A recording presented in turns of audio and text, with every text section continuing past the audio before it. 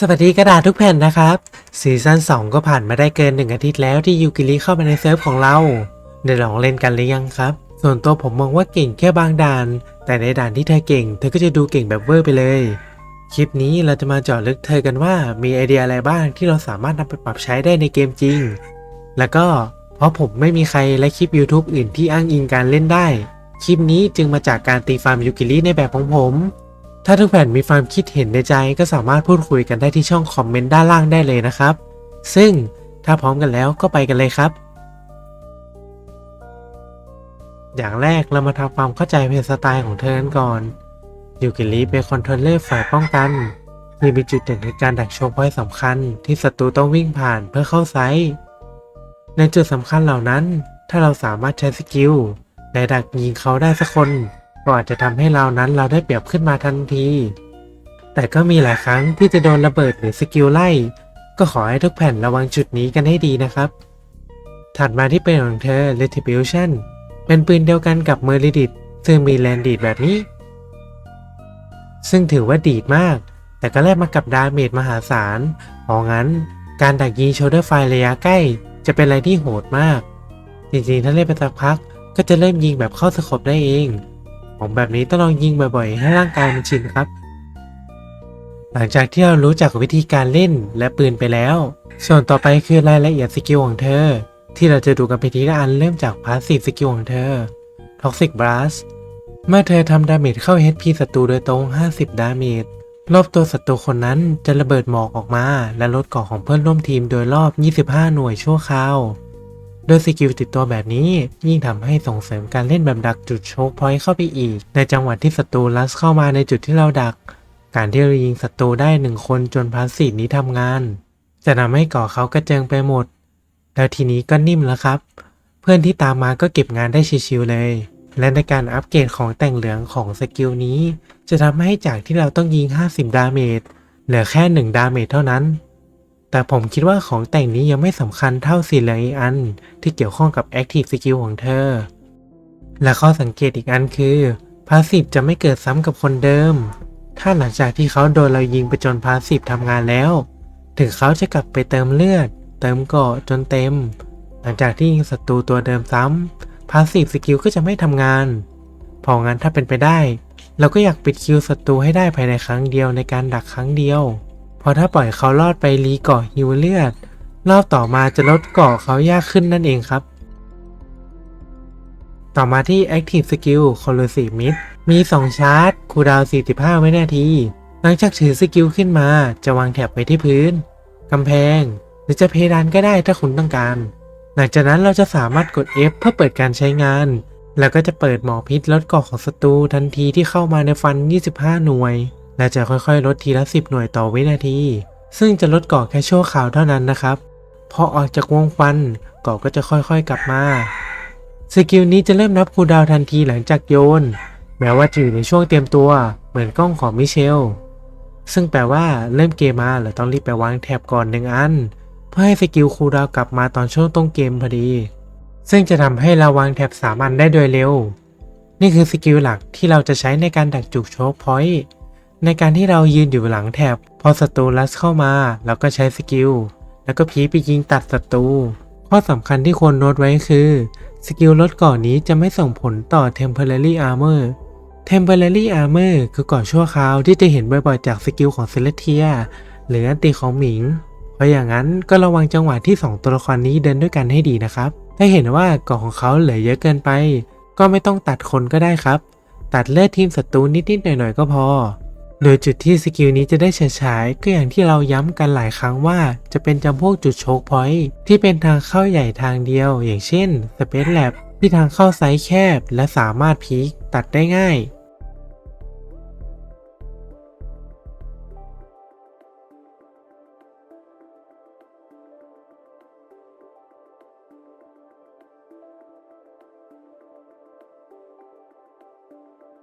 หรือตรงมิดในแมปวินดี้ทาวน์แต่นอกจากการดักที่ผมแนะนำก็ยังมีอีกรูปแบบที่เราเล่นได้คือการโยนสกิลไว้ที่ศัตรูต้องอยู่อย่างแน่นอนอย่างเช่นจุดวางระเบิดหรือจุดที่จะเกิดการไฟท์ในด่านคอสมิดไซส์ A ที่เขาจะต้องวางระเบิดในจุดรอบๆนี้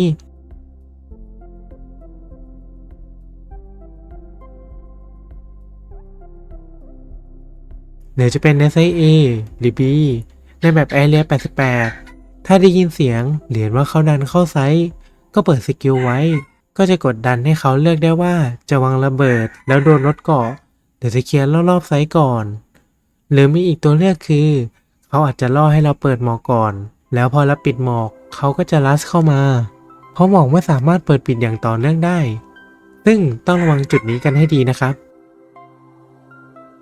ผมคิดว่าสกิลเธอแปลกใหม่สำหรับเกมนี้ดีนะครับแต่มันแอบใช้ยากนิดหน่อยในบางแมปเช่นพอร์ตยูเลอร์จุดที่ผมคิดว่าเวิร์กที่สุดก็คือตรงหน้าทางเข้าฝั่งบุกไซต์ B ที่เราต้องโดดขึ้นข้างบนก่อนจะปาสกิลลงมาปิด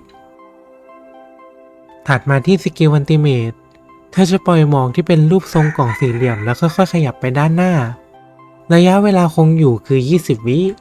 และเมื่อศัตรูเข้ามาในหมอกก็จะลดก่อทันที25 หน่วยและถ้ายังอยู่ด้านในก็จะลดก่อ10 หน่วยต่อวินาทีชั่วคราวสกิลนี้แอบใช้ยากมากๆนะเพราะมันไม่มีแนวเส้นอะไรบอกเลยว่าหมอกจะเคลื่อนที่ไปแบบไหนและสิ่งที่ต้องระวังคือการอันติในที่ที่สูงมากๆเพราะมันอาจจะมีจังหวะที่อันติลอยแบบนี้ครับ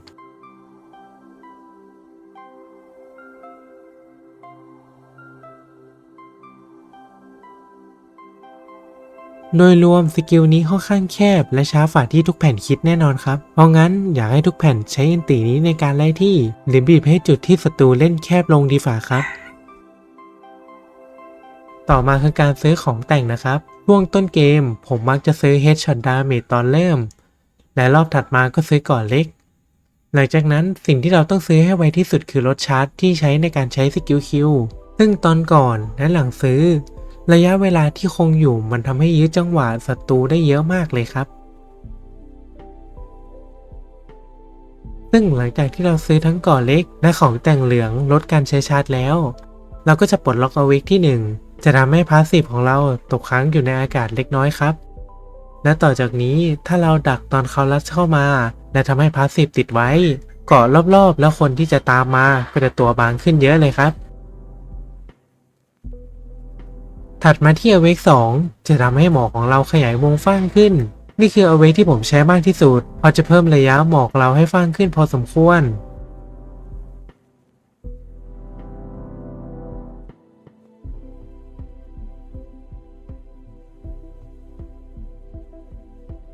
อีก Awake หนึ่ง Awake ที่3จะทำให้หมอกของเราทึบและกลายเป็นสโมก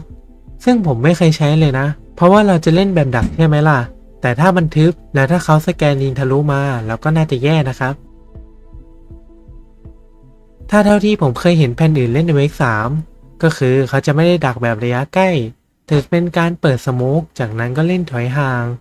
รอยิงคนที่วิ่งออกมา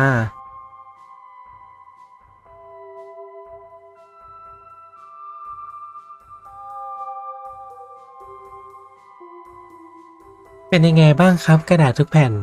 หลังจากดูคลิปนี้จบแล้วอยากเล่นยูกิริขึ้นมาไหมครับผมคิดว่าเธอจะโดดเด่นมากๆในด่านที่ไม่ได้ฟ้างมากดังด่านพอร์ตยูล่าที่ต้องโดดขึ้นไปด้านบนผมเคยเห็นคนที่โดดมาดักตรงนั้นแล้วก็โดน DMR เข้าหัวล้มตั้งแต่ต้นเกมก็มีครับยังไงก็ตามตัวเธอก็ยังเก่งอยู่แต่ผมแค่อาจจะไม่ได้หยิบมาเล่นในทุกด่านเท่านั้นเองครับถ้าชอบคลิปไกด์แบบนี้ก็ขอให้กระดาษทุกแผ่นสิงปุ่มไลค์เพื่อเป็นกำลังใจให้ผมทำคลิปต่อไปด้วยนะครับแล้วฝ่ายอีกหนึ่งช่องทางคือ TikTok ของผมในชื่อเดียวกันครับคลิปอาจจะลงไม่บ่อยมากแต่ผมพยายามจริงๆครับที่จะหาช็อตเด็ดๆมาลงและแน่นอนสุดท้ายนี้ก็ฝากสิงปุ่มติดตามเพื่อเป็นกำลังใจให้ผมด้วยนะครับสำหรับวันนี้ขอพลิกตัวไปก่อนเจอกันครับ